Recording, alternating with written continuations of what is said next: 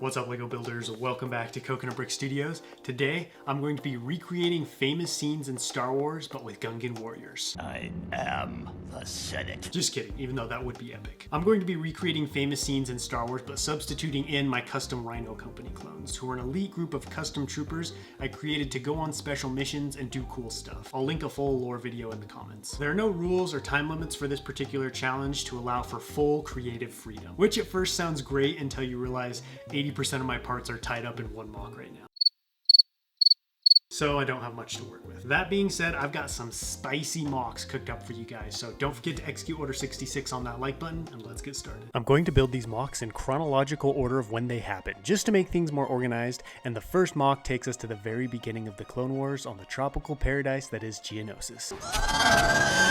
Just kidding, there are few planets I would want to visit less than this one, but it does have a host of iconic moments, and even with all the hate it gets, Attack of the Clones, which is the movie that this Geonosis scene is kind of iconic. I mean, where would meme culture be without this? I don't like sand. Anyways, the scene I picked to build is when we first see the clones in action. They come riding into the arena in gunships and overwhelm the droid with blasters, laser cannons, and save the Jedi. For how exciting the scene is, the build is pretty simple. Just a flat base of plate and tile. Lots of tile. That's basically all I've been doing so far. 2 hours later. Still tiling, and now I'm adding patches of medium nougat to the dark orange floor to add a little color contrast and make it so I have to haul around even more bins of parts. That's rough, buddy. Once the tiling is mercifully over, I can add the wedge plates to the sides of the build, rounding out the sharp corners, and give this mock a nice flowing freeform base. Building this mock made me realize I need to beef up my dark orange parts collection because this simple little mock used just about every wedge plate I have available. I have built this scene before, so I wanted to try something new this time around, so I wasn't dishing out the same mock yet again. So I'm adding part of the arena wall and a doorway, and uh-oh, inaccuracy alert. I'm well aware the walls of the arena are dark orange to match the floor in the actual scene, but I don't have the parts needed to make the wall in that color, plus I have some leftover pieces from my Senate building mock, so I just copied what I did with that to make some rounded arena walls. This pizza of a build is done, and now it's time for the toppings. I've got your classic droids and Jedi, plus a toppled pillar for some extra detail, and now for the gunship. I pulled out my good old 2013 Lego gunship, which is in dire need of some dusting since I haven't used it in like a year. After that, I added the proper pilots needed to fly this craft, and we are ready to go. The finished mock turned out really nice. I was worried it would be boring, but adding things like the toppled pillar, a fleeing Geonosis, and the wall arena really helps spice things up, and oftentimes, it's the small details that really bring a mock to life. Here we have Rhino Company swooping in to save the day with Master Yoda armed with his trusty walking stick ready to smack some droids. On the ground, I have Kit Fisto and Barriss Offee fending off droids waiting to be airlifted out of there. Building this made me want to build a much bigger Geonosis mock, but not just another flat one, maybe a large canyon with some spires and lots of clones of Geonosians. Let me know in the comments what kind of Geonosis mock you would like to see me build next. Now we're moving to a scene loved by legions of Clone Wars fans, which takes place on the planet of Christophsis. This mock is going to be tough because it uses a lot of gray parts, and unfortunately, most of my gray parts are kind of tied up right now. Bruh. So to try and offset that, I'm going to make a simple base out of what dark bluish gray snot brick I have left and build it in a way so it looks like there's 2 slabs of snot brick stacked on top of each other. Sounds super simple, right? Well, I guess not, because it took me way longer than I would have liked to figure out how to do it. While I solve the mystery that is 2 slabs connected together, let's talk about the scene I'm building. It's none other than the clone who punches a droid and immediately regrets it. After the slabs are done, it's time to add one of the most recognizable elements of Christophsis, hexagons. I don't know why, but the planet's architecture is dominated by them. So I'm building a bunch of snot hexagon panels out of slopes and bricks, and then I'll begin the most painstaking portion of this video, besides writing the script. Placing them on the base with trans blue cylinders placed between them. Those are going to represent the blue coloration of the city. And this is a task I would definitely wish upon my worst enemy. I wasn't really thinking about how tedious this was going to be while planning the build, but placing so many parts next to each other with no studs connecting them to the ground means one little nudge and everything gets knocked out of place and I lose my mind. And here's where I made another mistake. I built studs into the hexagon so I could connect minifigs to them, but since nothing is connected to the ground, even connecting a minifig to those hexagons can knock things out of place, so I had to be very slow and deliberate while placing them. The last thing to add is a leg of an ATTE as battle damage detailing, and don't ask me where I got it.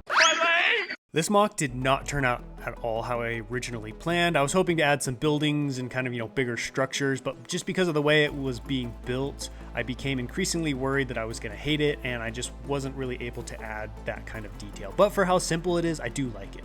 At the front of the mock, we have the clone doing his best Mike Tyson impersonation and trying to knock the lights out of a battle droid, while his fellow Rhino Company brothers fend off the droid army. The hexagons with the trans blue studs in between them is refreshing and something you don't see very often, although I'm never placing that many cylinders on a snot base again. I got a lucky break with the next mock because it was going to be Captain Fordo's famous stand on Coruscant, and conveniently I have a massive Coruscant mock in my room right now, which includes a pretty nice looking Captain Fordo scene if I do say so myself. For anyone who isn't familiar with what I'm talking about, a clone named Fordo is fighting during the Battle of Coruscant, and a horde of super battle droids attempt to overrun his position, and he single-handedly holds them off until reinforcements arrive. So I swapped out my Captain Fordo fig for Rhino Company, and voila, the mock is finished. Gotta milk Coruscant for as much content as I can, right? I decided to depict part of the scene where his help arrives, so we have multiple clones fighting off the droids. I really like how the crater turned out, especially the chunks of debris acting like little barricade walls, lining the edge of the hole, protecting the clones. I also made sure to add lots of super battle droids, so it would be scene accurate, but I snuck a few B1s in there as well. We're finally leaving the urban city builds behind and doing a good old Utapau mock. Building Utapau mocks is like drinking water for me. If I go too long without doing it, I lose my strength. You okay? Whoa, okay. Jokes aside, Utapau is just such a dope place to build. It's city and outdoor terrain combined, so you get the best of both worlds, and I basically have an unlimited collection of dark tan.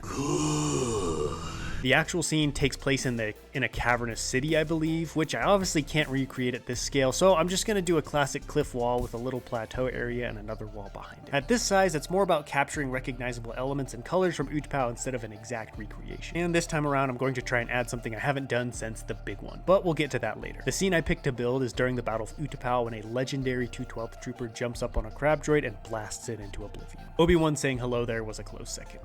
Hello there. Once I get the plateau in, I can tile it off and add a little slab of light bluish gray tile to represent a landing pad of some sort. One of the biggest struggles I have when building rockwork at this scale is the more height I have, the better the rockwork looks, because I can stack more slopes on top of each other, thus creating better looking rockwork. If I was only building with slopes that were 1 brick tall, it wouldn't be an issue because I could stack lots of them on top of each other without building super high. But some of these slopes that I'm using are like 5 bricks tall, and the shortness of this build limits how many of them I can stack and what shapes I can create.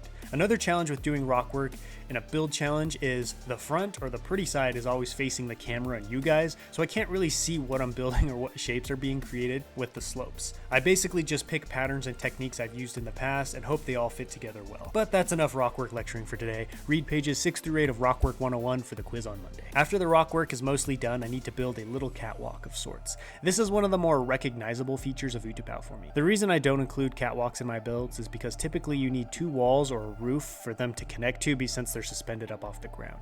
But I want to try and connecting it directly into the wall, and hopefully because it's relatively short, the walkway won't sag down, which just means adding a tapering row of slopes to make it look like the rockwork dissolves upward into the air. And that's it for the build. Now to add some random crates, generators, and the minifigs, and we are good to go. I think from a build standpoint, this is my favorite mock of the video. I think because of the large amounts of dark tan and all the practice I have building this place, I can throw together a pretty cool Utapau build with relative ease. Plus all the structures and cities we see on Utapau, so most Utapau mocks are based off that and are going to be taller, have levels, and just be a little bit more interesting and not just be a flat pan case of a mock like every other build I've done so far in this video. I have a Rhino Company clone on top of a custom crab droid I made, about to send it to the scrapyard. Do you think this was a move they teach in cadet training on Camino, crab hopping? We made it to the final build, and this one's gonna be a real treat for some of you guys, because I'm finally doing another Imperial mock. It's been 84 years. I thought of this scene relatively last minute as I was prepping, but it was a fresh and new idea, so I knew I had to include it. As much as I like building Clone Wars mocks, I like to branch out and try new things to try and keep these challenge type videos more interesting. Now, this story or reenactment is a little bit more of a stretch than the previous ones, because up until now, I've just been swapping out certain clones for Rhino Company troopers,